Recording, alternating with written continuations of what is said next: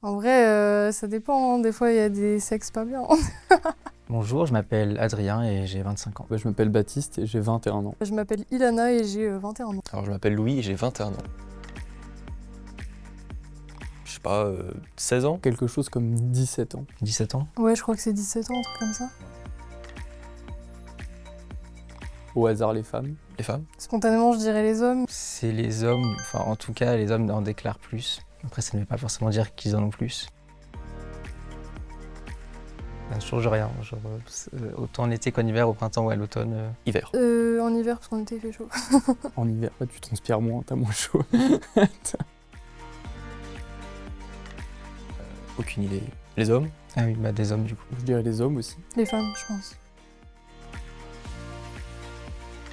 Sur 100 personnes, une soixantaine. 50%? 30-40. Autour de 30%, enfin 30 du coup. Nourriture. Je préfère quand même la nourriture, donc c'est plus une valeur sûre, on va dire. Je sais pas. En vrai, ça dépend, hein. Des fois, il y a des sexes pas bien. On va dire que la nourriture, c'est plus souvent bon. Ouais, le sexe, je pense.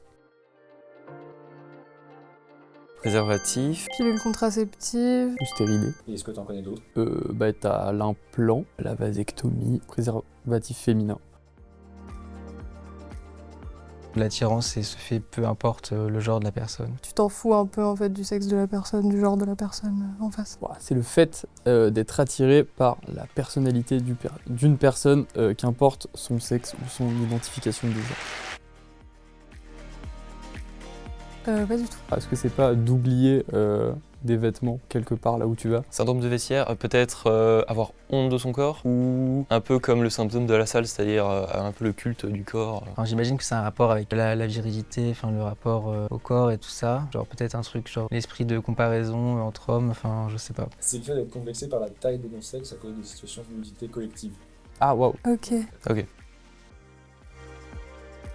J'ai pas trop de souvenirs parce que je crois qu'on n'a pas fait trop de cours sur ça. J'en suis même pas sûr, mais genre peut-être qu'il y avait genre un faux pénis et genre une capote ou enfin des trucs comme ça. Ça me paraissait être bon déjà très hétérocentré, mais aussi un peu basique. Enfin en tout cas c'était assez bref aussi. Bah c'est un peu mitigé, on va dire qu'en même temps c'est super gênant quand tu fais ça au collège et c'est pas souvent bien abordé. Mais en vrai, quand je sais pas, première approche de tout ce qui est consentement, etc., c'est tellement important. En vrai je m'en souviens bien que, ils avaient dit les choses clairement et en tout cas moi je sais que ça m'a marqué, j'avais tout retenu. Alors, j'étais dans un collège privé, donc j'en ai pas eu, tout simplement. De ce que j'ai entendu, les cours d'éducation sexuelle, c'est plus sur comment mettre un préservatif. Bon, c'est très important, mais ils parlent pas du tout de consentement, ils parlent pas d'orientation sexuelle, etc. Donc c'est un peu...